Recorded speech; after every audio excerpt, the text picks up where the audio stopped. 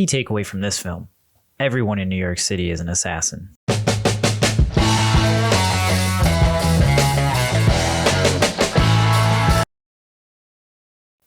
John Wick 2 stars Keanu Reeves back as the titular character. It starts off with him getting his car back, a plot point that was left unresolved in the first film. After a spectacular opening scene in which John retrieves his car, he returns home to get back to some semblance of a normal life. But then someone comes a-knockin'. That someone is Santino D'Antonio, played by Riccardo Scamarcio.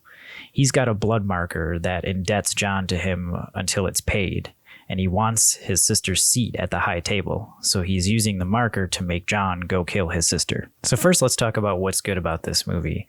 Well, Keanu Reeves crushes it as John, as always, and the underground world that he inhabits and its key players are much more represented in this film, something I think was missing from the first one. The action is twice as big as the previous film. Keanu went through a strict training regimen in order to be able to look like such a badass on screen, and it really shows. So let's talk about Cassian, played by Common, for a minute here. This character is awesome because he really feels like he can go toe-to-toe with John Wick, something that was a little bit missing from the first film.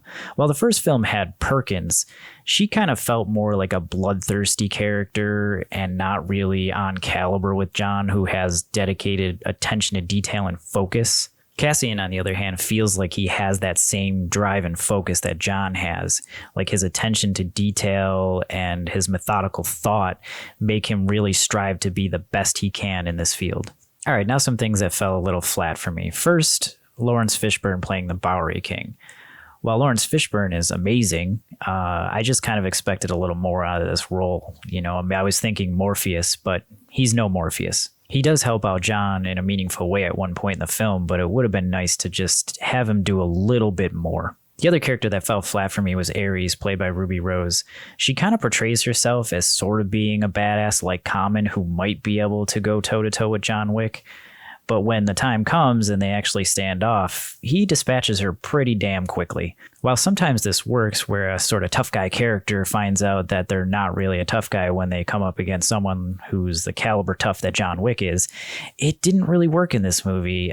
I would have almost preferred they just had a more meaningful confrontation that wasn't over so quickly. Also, Santino D'Antonio is pretty weak as a villain, being that wormy little guy that just gets everyone to do his dirty work for him. All right, so in the end, John Wick 2 is bigger and badder, the action is more grandiose, but it does lack a little something that the first film had. It's hard to describe. It is a strong entry into the franchise, and it's going to give the action fans what they want, but ultimately it just isn't as strong as the first film. I guess it just suffers a bit from a sequelitis type thing. Despite all that, I do recommend you check this movie out. It's still a good time, and it's an action thrill ride from start to finish. I give John Wick Chapter 2 3.5 out of 5 parallels. Alright everyone, I've been Mr. Parallel. I hope you like what you see here. Click like and subscribe, and I'll see you in the next one.